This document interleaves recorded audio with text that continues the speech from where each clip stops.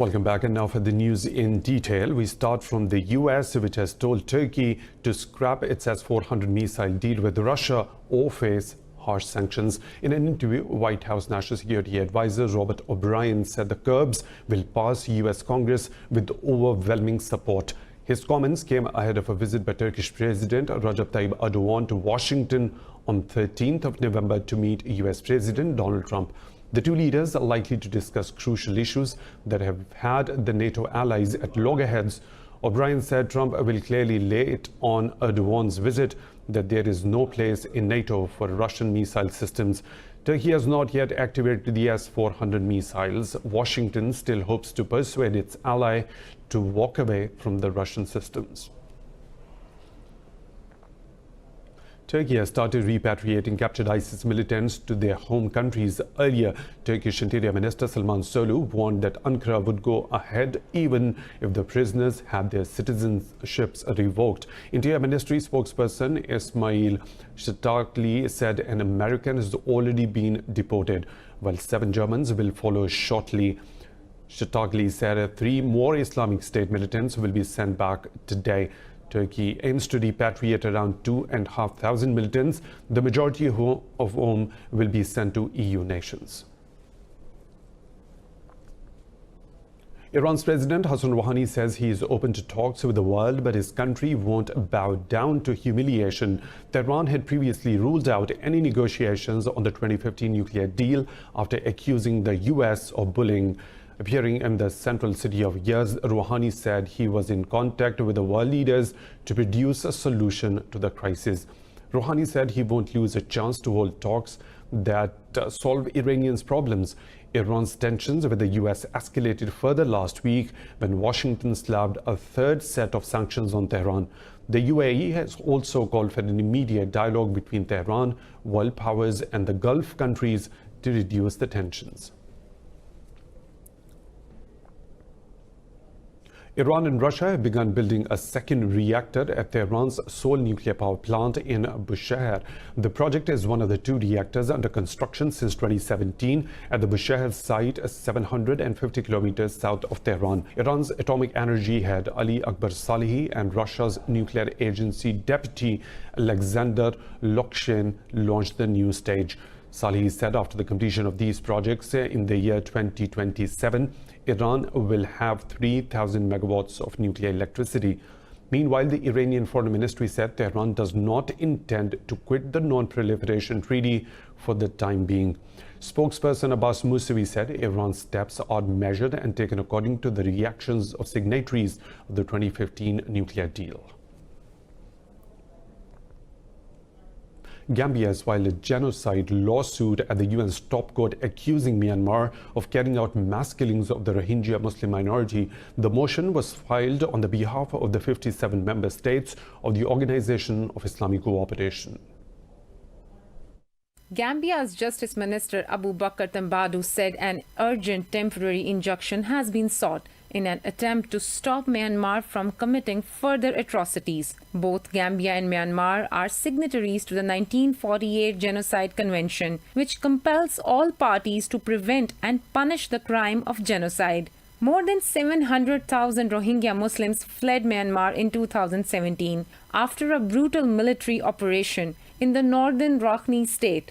Last year, a UN fact-finding mission said Myanmar's military campaign was orchestrated with genocidal intent against Rohingyas. The UN mission recommended that genocide charges be brought against Myanmar's military chief Min Aung Hlaing and 5 other generals.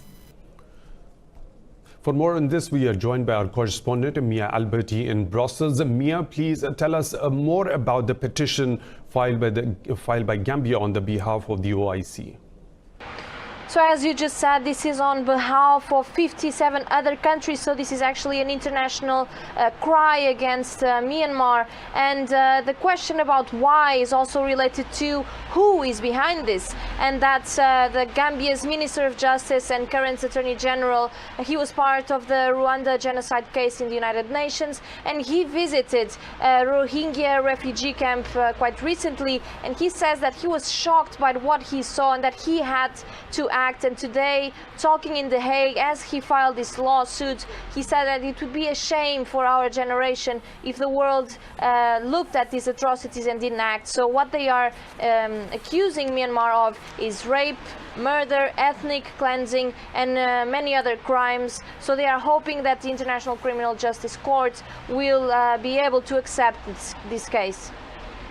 Okay, Gambia's Justice Minister Abu Bakr Tambodu said an urgent temporary injunction has been sought in an attempt to stop Myanmar from committing further atrocities.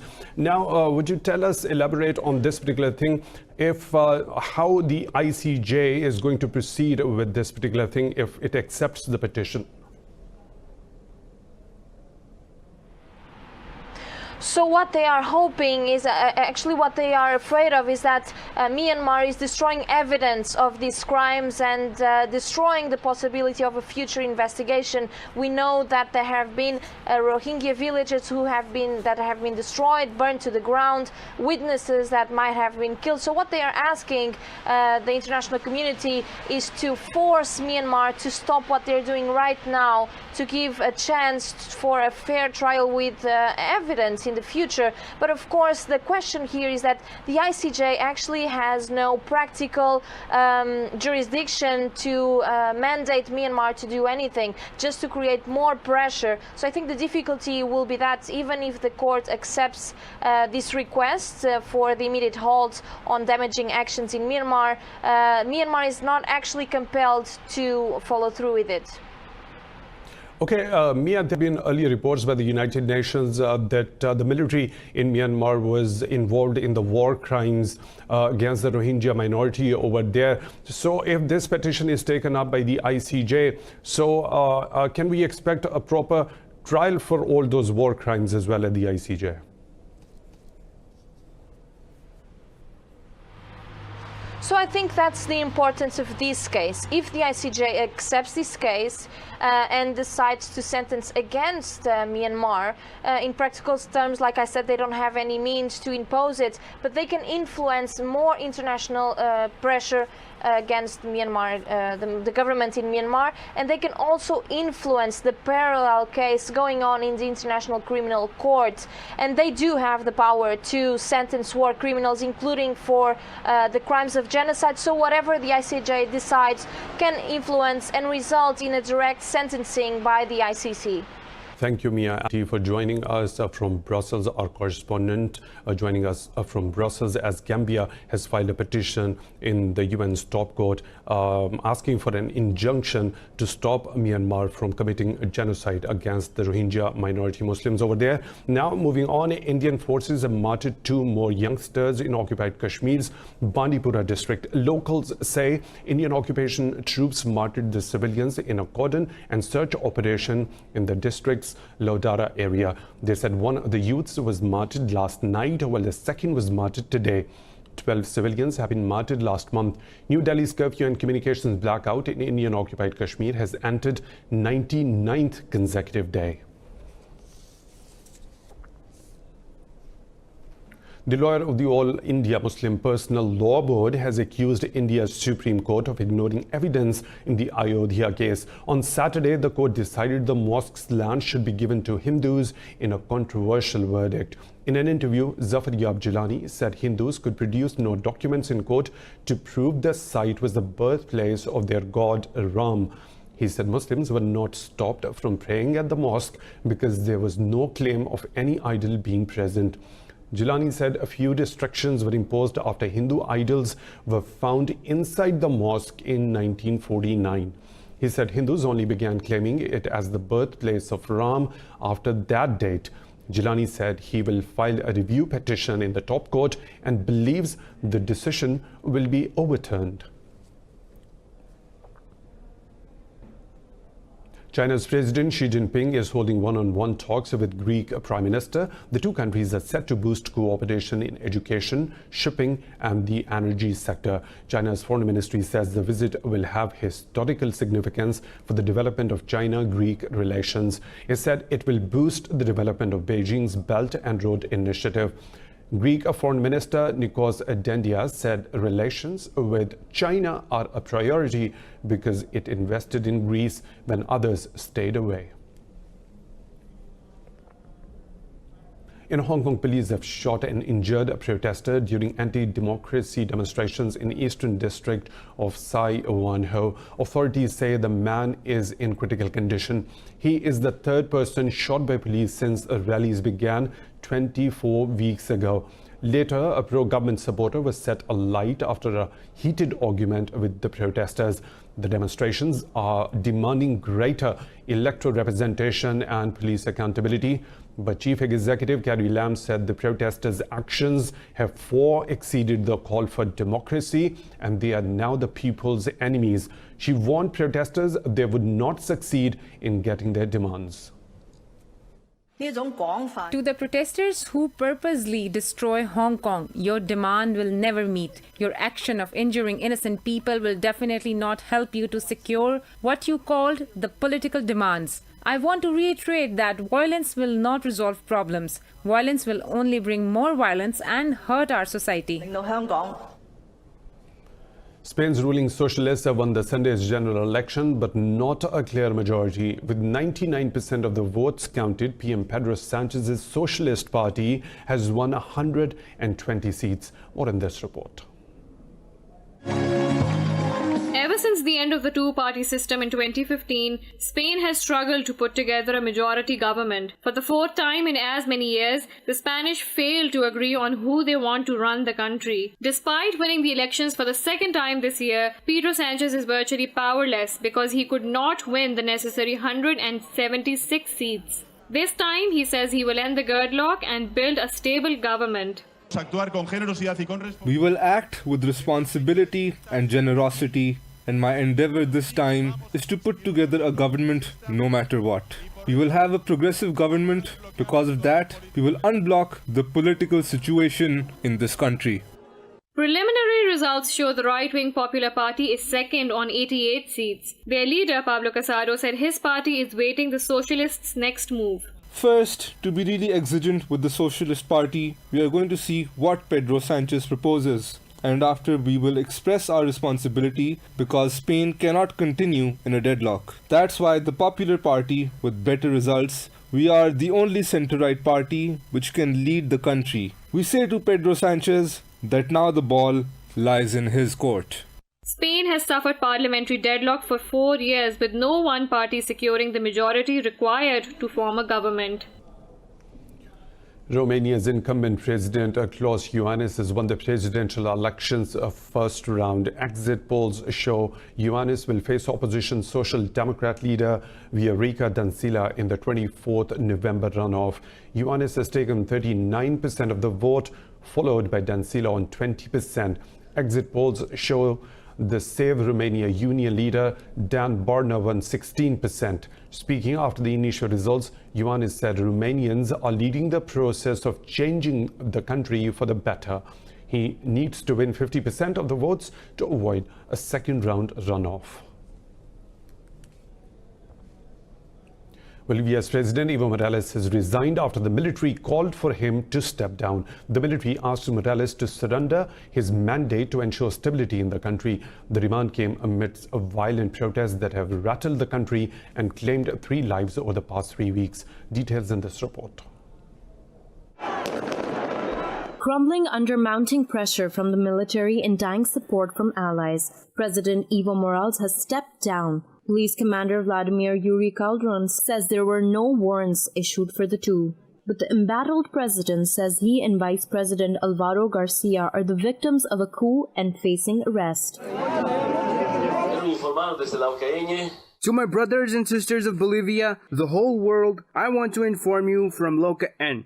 I am here with the Vice President and Minister of Health that I have decided after listening to my friends at CONALCAM and the Bolivian Workers' Center and also listening to the Catholic Church to resign my position as president. Opposition candidate former President Carlos Mesa said Bolivians have taught the world a lesson and it will be a new country tomorrow. After Morales' resignation, the streets of La Paz exploded in celebration. Creo I think the whole nation of Bolivia is happy. We've toppled the dictator. We've ended a regime of terror. Today we're happy. But this can't end here, because if we allow a presidential succession like the Constitution says, we're going to have problems. Morales' Latin American allies, including Cuba, Argentina, and Brazil, have denounced movement, calling it a coup. They have called for mobilization of social and political movements to preserve the rights of indigenous Latin Americans in Bolivia. More stories to follow right after a short break. Stay tuned with Indus News.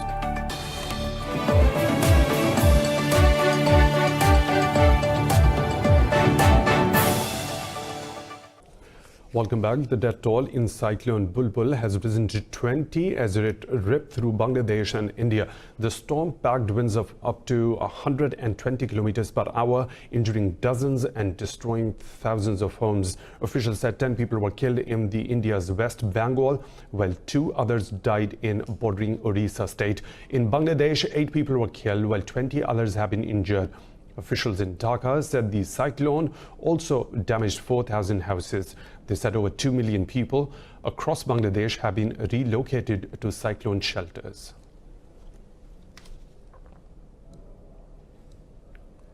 In India, the air quality of New Delhi and nearby cities has returned to the hazardous category. The presence of particulate matter in the capital was recorded at 358 on the air quality index. What about this in this report? People are suffering from respiratory diseases as a thick blanket of smog continues to engulf the Indian capital. The US Embassy says the air quality in other cities including Gurugram, Noida and Ghaziabad has reached the same level. Since the Diwali festival last week, New Delhi and its adjoining cities have been grappling with their worst ever pollution crisis. Residents have complained of runny eyes, a persistent cough and dull headaches that last all day. There is still smog and I walk with a mask. If I remove the mask, it makes it difficult for me to breathe. There is the problem of itching too, and I also have a cold. On the air quality index, any reading above 100 is believed to be unhealthy. Daily bulletins from India's Central Pollution Control Board suggest some areas of Delhi experience an AQI well above 900. India Gate is known for morning joggers, but it's been silent here for the past couple of days. I just pray to God that the weather improve so that coming here in the morning gets better. Air quality in the hazardous or equivalent category may provoke respiratory issues among patients that can affect even healthy individuals. In Los Angeles, the co-living market is luring millennials and Generation Z to live in pod housing with 5-star amenities at extremely low prices. Ambitious young people moving to the city at the start of their careers are swapping privacy and comfort for a cheap 30-square-foot sleeping pod. This report explains why. It's taco night and around 50 people are eating together in a communal space at the Upstart Creative Living in Los Angeles. Among the diners are would-be rappers, dancers, sculptors and actors from the US and abroad. 26-year-old hairdresser Kay Wilson has just moved here from Pennsylvania. She says she's lucky to find an affordable place to live. How could it be? You know, it's like literally everything I need to be a new person in a new city like LA, where, you know, there's a lot going on. So I decided to just give up my privacy. I sold all my belongings and I moved here to be in this pod. The Upstart is a cross between a college dorm and a luxury hostel. They contain a single bed, a rail to hang clothes, and compartments for shoe storage. The only problem is the sleep space inside a pod measures 3 square meters. There's no time to do anything in here but sleep. So when I come in here, I've said I'm getting the best sleep I've ever gotten because I actually come in here and then go to sleep. I'm not up late night snacking, watching Netflix. I'm just going to bed. Jeremiah Adler, the founder of Upstart, said each capsule cost roughly half the rent of a studio apartment in Los Angeles, one of the country's most expensive cities. And so the idea is, you know, we always want to be about half the price of a studio apartment. So it's about $750 a month. That includes a place to live, all the amenities, all the activities, all the classes, and the tacos. This economical capsule living concept is catching on in other expensive cities, including New York. But for many, this type of community is only a short-term solution.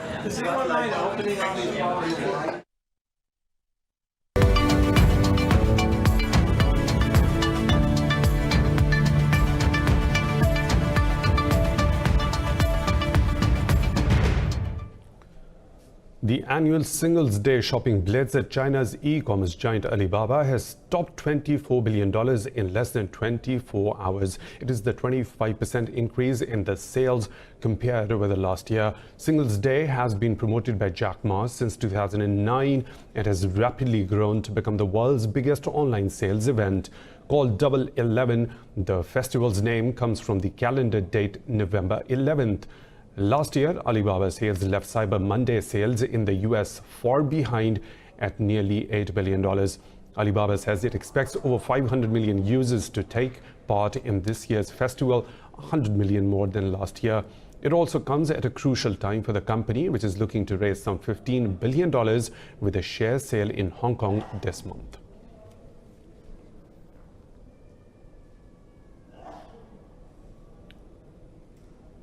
China's Jinping Group is set to announce a rescue deal to buy British Steel for $90 million.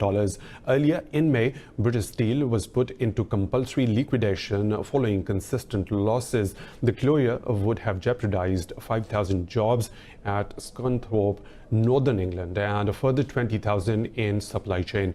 British Steel's previous owners, Grable Capital, walked away, saying Brexit concerns had muddled future profit predictions. Stock markets across Europe are trading lower after mixed signals about trade talks between the US and China. Investors are cautious as they wait for the UK's third quarter GDP and industrial output numbers. London's FTSE 100 index sheds last week's gain and is trading nearly 0.5% lower. Blue chips HSBC and China exposed miners slipped roughly 2%. Earlier, Moody's warning on Britain's sovereign debt pulled sentiments down. Frankfurt's DAX has also lost a fraction after data from China's biggest auto industry association showed car sales fell 4% in October. The CAC 40 in Paris made marginal gains. In Asia, the Shanghai Composite closed nearly 2% lower over uncertainty whether the US and China will end their trade war.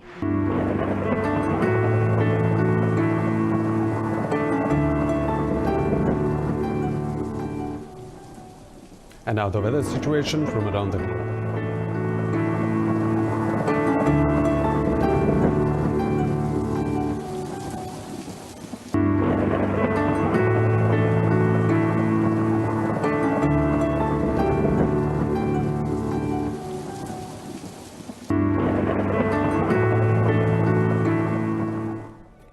And that's all for now. For the latest updates, you can follow us on social media at Indus News.